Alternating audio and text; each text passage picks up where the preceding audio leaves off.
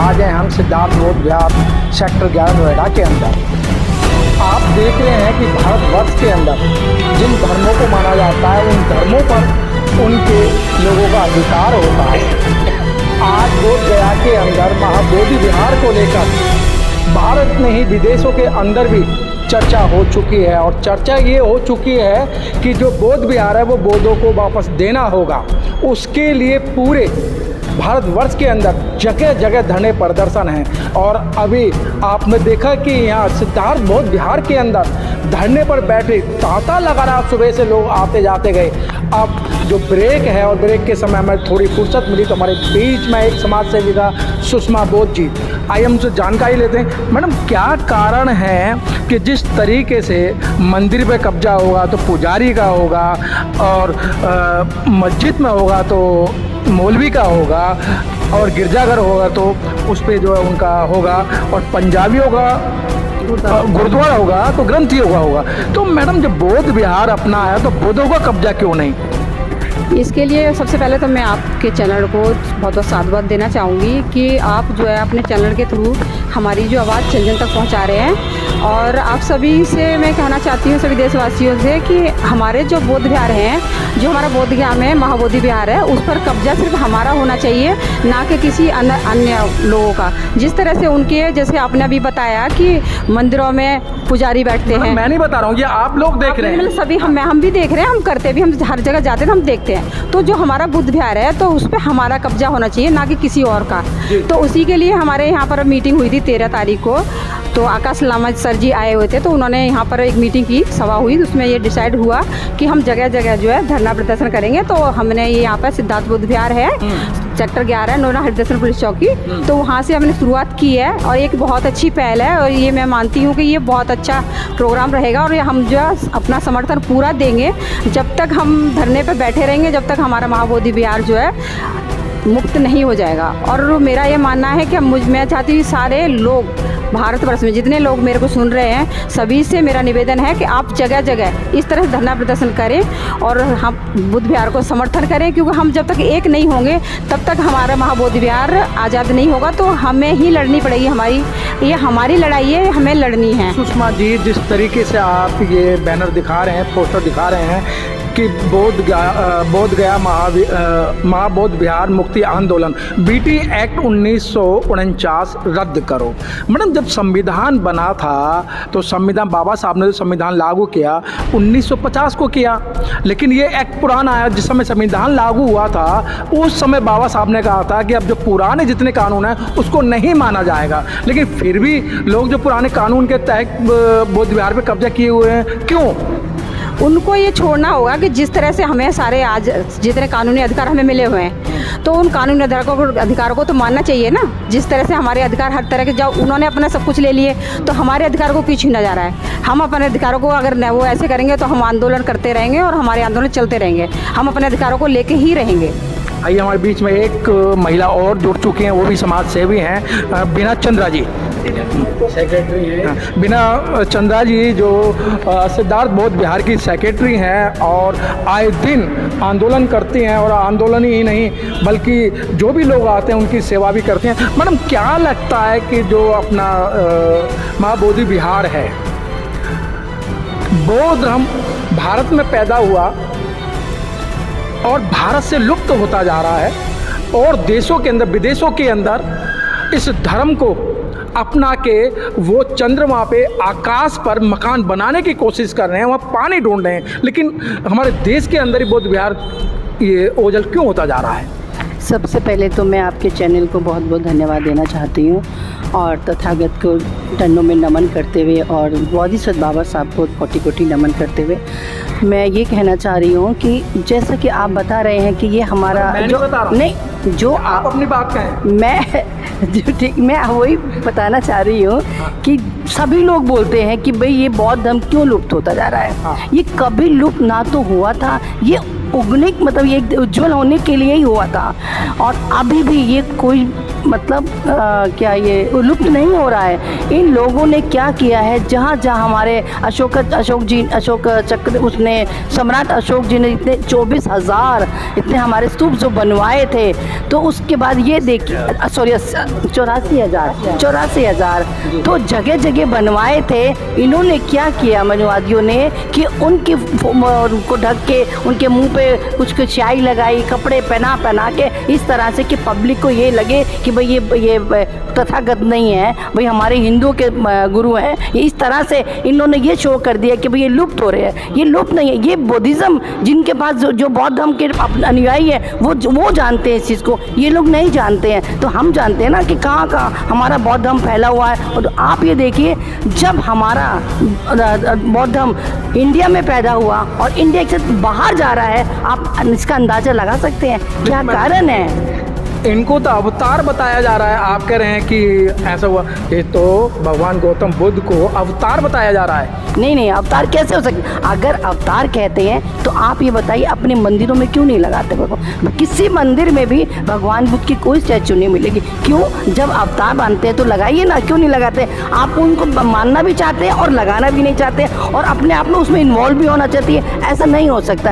ये धर्म जो है ना, ये बौद्ध धर्म के अनुयायी जान सकते हैं कि ये है कहाँ और कहाँ तक है। मैडम, आप अनुयायियों की बात कर रही हो, फिर वही बात आती है, लक्ष्मी की पूजा भारतवर्ष के अंदर होती है, लेकिन लक्ष्मी कहाँ पाई जाती है? अमेरिका के अंदर, ताइवान के अंदर और विदेशों के अंदर। सारे देश मालदार हैं, लेकिन पूजा तो आप लोग कर रहे हैं लक्ष्मी जी की। तो लक्ष्मी जी की पूजा कौन कर रहा है?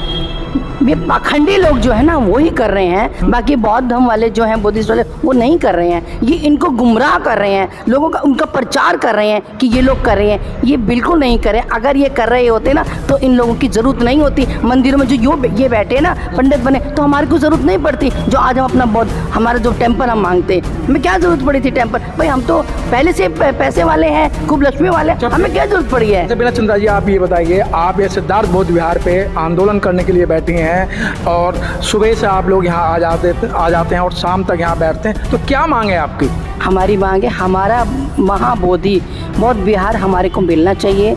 क्योंकि आप ये देखिए, ये जो बौद्धि टेम्पल है, ये बुद्धिज़्म वालों का है, बुद्धिस्ट लोगों का है। ये जब मुस्लिम लोगों का जो क्या है मस्जिद है, उसमें मौला बैठते हैं, मौलानी बैठते हैं, और चर्च में पादरी बैठते हैं, और हाँ मौलानी और चर्च में क्रिश्चियन और पादरी बैठते हैं। तो हमारे बौद्ध में ये लोग क्यों बैठेंगे? हिंदू लोग क्यों बैठेंगे? ये तो हमारा राइट है ना, इसको हम लेके ही रहेंगे। लेकिन मैडम, ये आप कह रही हैं हमारा राइट है, जबरदस्ती अगर कोई आपके घर में घुस रहा है, आप उसे मना नहीं कर रहे हैं। बौद्ध विहार के अंदर वहाँ शिव जी की मूर्ति है, वहाँ वैष्णो की मूर्ति लगा दी गई है। जब आप लोग कहाँ गए थे? नहीं, कहीं नहीं, वो जबरदस्ती लगा के बैठे। तो हम लोग तो अभी भी पहले भी वहीं थे, आज भी हम वहीं पर ही है। वो हमको निकाल नहीं पा रहे हैं, वो ज़बरदस्ती आ रहे हैं, लेकिन हमें निकाल नहीं पा रहे हैं, क्योंकि उन्हें पता है कि हम नहीं निकल पाएंगे। वो हमारा ही टेम्पल है भाई, और हमारा ही रहेगा वो। मैडम, मूल निवासी आप हो, आप कह हमें निकाल नहीं पा रहे, आपको उन्हें वहाँ प्रवेश नहीं होने देना चाहिए था। वो प्रवेश कैसे, आप बताइए, रजिस्टर्ड प्रवेश है क्या वो? रजिस्टर्ड तो नहीं है, रजिस्टर्ड तो हम लोग हैं ना भाई, हम लोग हैं, हमारा वो धर्म है, वो तो हम ही लोग हैं ना। वो तो आके बैठो, ठीक है, कोई उसको तो हटाने के लिए हमारा प्रदर्शन चल रहा है, उसी को हटाने के लिए ही हम लोग आप लोग अब यहाँ कब तक बैठेंगे यहाँ नोएडा के अंदर बौद्ध विहार पर? जब तक ये हमारा धर्म हमको, ये हमारा टेम्पल हमको नहीं मिलेगा, तब तक हम बैठेंगे यहाँ पे। बहुत अच्छी बात कि दोनों जो सामाजिक कार्यकर्ता हैं और बौद्ध धर्म को बड़े पैमाने पर मानते हैं, उनका कहना है जब तक बोध गया के अंदर महाबोधि विहार खाली नहीं हो जाता, हम ईंट से ईंट बजा देंगे, उसे हम खाली करा कर रहेंगे। बौद्ध धर्म हमारा है, टेम्पल हमारा है, तो हमारा कब्जा क्यों नहीं? बोलिए, आपने एक बात बोली थी कि बुद्ध का अवतार हुआ था जी, तो मैं अवतार के ऊपर ही दो बात कहना चाहती हूँ कि हम जिनको मानते हैं, हमारे जैसे तथागत बुद्ध को मानते हैं, तो तथागत बुद्ध ने बाकायदा हम माँ के गर्भ से जन्म लिया, उनका कोई अवतार नहीं हुआ, वो कहीं से प्रकट नहीं हुए। प्रकट जो देवी देवता जिनको हम जो लोग मानते हैं वो सारे प्रकट हुए हैं, उनकी माताओं का नाम पता नहीं, पिताओं का नाम पता नहीं है, तो हम ऐसे लोगों को नहीं मानते।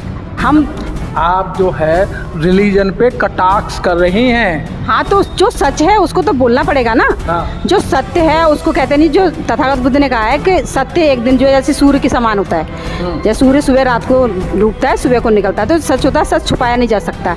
आप कितना भी उसे बढ़ावा दो, कितना भी आगे बढ़ाओ, लेकिन सच तो सच रहेगा ना। बाबा साहब ने जन्म लिया है ना, उन्होंने इतने सारे काम किए, हमें धम्म दिया जो तथागत बुद्ध का डूब रहा था, उन्होंने हमारे लिए संविधान दिया जिसकी वजह से हमें आज आज़ादी मिली है। आज हम आपके सामने बोल पा रहे हैं, या हमारी बहनें जो पढ़ पा रही हैं। आपको पता नहीं है कि अगर आप 9 दिन बरती नहीं रहेंगी तो पता है कि आपके घर के जो अंदर हादसा होगा, उस हादसे की आपको चिंता नहीं है। आप करवा चौथ बरती नहीं रहेंगी तो आपको चिंता नहीं है कि मेरे पति का क्या हाल होगा। मेरे को इस चीज़ की चिंता होती थी, 30 साल पहले ये सब छोड़ नहीं देती। मेरे हस्बैंड ने, देखो मैं पैर दिखा रही हूँ, मेरे पैर में चुटकी नहीं है, मेरी मांग में सिंदूर नहीं है, मेरे माथे पे बिंदी नहीं है, आपको कहीं सुहाग की निशानी दिखाई रही है। मैं आपको एक बात कहना चाहूँगी इस पे, जो मुझे सबसे पहले मेरे को भी लगता था कि ये सब वो करने से मेरे पति की आयु लंबी होगी, लेकिन जब मैंने समझा और जाना कि एक महिला के लिए इतनी सारी चीज़ें थोप दी जाती हैं। मांग महिला की, सिंदूर पति के नाम का, कलाई हमारी, चूड़ी उसमें पति के नाम की, है ना, पैर हमारा, बिछिया हमारे पति के नाम का। तो क्या कोई ऐसी चीज़ बनाई है, जो भी यहाँ पर हैं जिन्होंने ये प्रथा चलाई, उन्होंने एक भी चीज़ ऐसी नहीं बनाई कि महिला की सुरक्षा के लिए कि पति के ऊपर डाली जाए। मैडम अवला बोला गया है ना, तो अगर चूड़ी अवला है तो आपकी तो रक्षा ही तो कर रही है। मांग में सिंदूर होता है, कोई आपको कोई टच तो नहीं करेगा ना। जिस तरीके से एक जो कल परसों का एक योगी बोल रहा है कि जिस मांग में सिंदूर नहीं होगा वो खाली प्लॉट की तरह लगेगा। आप उसमें डांस कर रहे हैं, अच्छी तरीके नई नई लड़कियाँ डांस कर रही हैं कि भाई मांग में सिंदूर नहीं होगा तो खाली प्लॉट की तरह लगेगा। तो इसी पर तो उसमें हमने आवाज़ उठाई थी, हम लोगों ने आंदोलन किया था। ऐसा नहीं है आपको, क्या हमारी न्यूज़ देखना आप जो है कि भाई खाली प्लॉट कैसे बोल सकते, किसी महिला को तुम गलत अपशब्द बोल रहे हो सिर्फ एक इसके सिंदूर के ऊपर, कि सिंदूर नहीं लगाया या फिर चूड़ी नहीं पहनी, है ना। इतनी गलत बात नहीं बोलनी चाहिए ना किसी के लिए। भाई तुम्हें जिसको थोपना थोपो, हम आज़ाद किए हैं बाबा साहब ने, तो हमारे को सिर्फ शिक्षा का अधिकार है, हमें शिक्षा लेनी है और आगे बढ़ना है। चाहे हम बिजनेस करें, चाहे हम जॉब करें, चाहे हम जो मर्जी करें, हमारी अपनी स्वेच्छा है, हमें क्या करना है, सिंदूर लगाना है कि नहीं लगाना, बिछिए पहनना है कि नहीं पहनना, खाली प्लॉट है। बिछिया पहने ना पहने, सिंदूर लगाए ना लगाए, ये मेरा मतलब नहीं है। इसे आंदोलन को आप कैसे देखती हैं और आप यहाँ कब तक बैठेंगी? हम जब तक बैठेंगे, जब तक हमारा माँ बोधि विहार आज़ाद नहीं हो जाएगा, जब तक उसको ये ना क्लियर कर दें कि इस पे हमारा कब्जा है, ना कि उन लोगों का कब्जा है। हमारा बोध विहार हमारा होना चाहिए और हम उसको लेके रहेंगे, यही हमारा आज पर। ठीक। देखिए, जहाँ तक मांग भरना, ये सिंदूर करना, ये पायल करना, नहीं, मैं उसको थोड़ा सा बताना चाहती हूँ। ये देखिए, आदमी इन चीज़ों से ये सोचता है कि ये चीज़ नहीं, अगर आप पहनेंगे या नहीं करेंगे तो एक खाली प्लॉट की तरह के, जो योगी जी ने बोला। आप ही बताइए, आप इतना सारा लाद देते हैं। गलत बोला, योगी जी ने नहीं बोला, किसे अभी तो भागे सर, कोई बात नहीं जी। देखिए, ये जिसने भी ये बोला है, गुरु ने, महापौर, जो चेले ने, कुछ ने, किसी ने भी बोला है, लेकिन ये गलत बोला है। आप ये बताइए, इनकी महिलाएं सारा लाद के चलती हैं, क्या वो पति की बिल्कुल बून है क्या? चाहे वो उनका पति उनका पैर की जूती ना समझता हो। आज भी अगर बाबा साहब का संविधान लागू नहीं हुआ होता तो इनकी बीवियां आज भी वही पर्दों के अंदर होती, वही गुलाम बनी हुई होती, पर्दे से बाहर नहीं निकलती। इनकी वही स्टेज होती जो पहले होती। आज ये पहनती कि कवर पहनने से, ये लचवा वचवा पहनने से कि हम बड़े फ्री हो गए हैं, ये प्लॉट इनका ख़त्म हो गया है, दूसरे को प्लॉट बोलते हैं। ये कौन है, ये क्या है, ये बताइए। अब तुच्छा आदमी नहीं है, 2 शब्द बोलना सीख गया तो खड़ा होकर दुनिया को, एक जो पढ़ा लिखा आदमी, इतने समाज में इतने पढ़े लिखे लोग हैं, उनको तो तुम समझना नहीं चाहते हो। बीना चंद्रा जी, आपकी भी तो कमियां हैं, आप पढ़े लिखे हैं, समाज से भी हैं, आप भी तो समाज में जाके अपनी बहुओं को, अपनी बहनों को समझाने में समर्थ नहीं हो पा रही हैं ना। क्यों, क्या कारण है? क्यों आप उन्हें बताएं कि भाई इनसे कोई लेना देना नहीं है? आज भी बहुएं आपकी जो करवा चौथ व्रत रख रही हैं। देखिए, ये इन लोगों ने जो पाखंडवाद जो हुआ है, ये इनकी अज्ञानता है। जो अभी थोड़ी पढ़े लिखे नहीं है, ना समझे, उनको इन्होंने गुमराह किया हुआ है कि अगर आप ऐसा नहीं करेंगे तो वैसा हो जाएगा। इस डर की वजह से शायद कुछ लोग, कुछ % लोग इनमें के साथ इन्वॉल्वमेंट पसंद करते हैं। क्या ये सब पैसे हड़पने का, पैसे कमाने का, पैसे हटने का जरिया है? देखिए, सच में ये जो बेवकूफ़ बना रहे, आप ये देखिए, कोई भी ना जज, ना कोई वकील, ना कोई डॉक्टर, कोई आप उनके पास बैठा हुआ नहीं देखेंगे। सब बेचारे ऐसे ही जो अनपढ़ गंवार लोग हैं ना, वही बैठे मिलेंगे आपको, जिन्हें खाली काम है, कुछ काम नहीं है जिनको ज़िंदगी में, वही लोग तुमको मिलेंगे, वही महिलाएं मिलेंगी, वही आदमी मिलेंगे। सारा पैसा तुम अपना कमा कमा के उसकी झोली में डाल रहे हो। अरे मूर्ख हो, तुम्हें क्या मिल रहा है? तुम तो बेवकूफ़ अपने भीड़ में और अपने सिर में दर्द और कर रहे हो तुम। आप ये देखिए, उसके जगह ये बागेश्वर जो पढ़ा लिखा होता तो आज जगह जगह बैठता नहीं है, ये जो मंडलियाँ लगा लगा के। तुम लोगों से ही उम्मीद करते हो, लोग तुम्हें नहीं चाहते, तुम लोगों को चाह रहे हो, भीड़ लगा रहे हो। तुम्हें इच्छा है, लोगों को इच्छा नहीं है तुम्हारी। वो लोग देखना चाहते हैं कि तुम कितने पानी में, तुम क्या कर सकते हो। देखो, झूठ बोल के बोलते, पर्ची निकाल रहे, पर्ची। अरे तुम तो अवतार, तुम ये यानी कि तुम्हें 10वां क्या 12वां अवतार मानना चाहिए तुम्हें तो फिर तो। मैडम, वो आपका भविष्य की पर्ची निकालते हैं कि बिना चंद्रा के यहाँ क्या होने जा रहा है। कोई वो मूर्ख नहीं बना रहे और ना वो आपके पास आ रहे, आप उनके पास जा रहे हो। अगर वो हमारी पर्ची निकालता है, आप उसको हमारा फ्यूचर देख रहा है, उससे ये पूछे थे तुम्हारा अपना फ्यूचर क्या है? तुम्हारा ये फ्यूचर सड़कों में बैठने का है, ये फ्यूचर है तुम्हारा? हम लोग पढ़ लिख के एक अच्छे रैंक पे बैठे हैं, ऑफिसर रैंक में हम लोग हैं, पढ़ते हैं, लिखते हैं, अपने घर को मेंटेन करते हैं, अपने बच्चों को अच्छी एजुकेशन देते हैं, वेल मैनर्ड बनाते हैं। ऐसा नहीं है जगह जगह बैठे और गाली गुप्तारी करके लोगों को बेवकूफ़ बनाते हो। उनके पैसे पे गरीब से गरीब लोग तुम्हारे पास आते हैं, तुम्हें पैसे दे, तुम्हें शर्म नाम की चीज़ नहीं है, उस पैसों को भी तुम अपनी झोली में डाल लेते हो।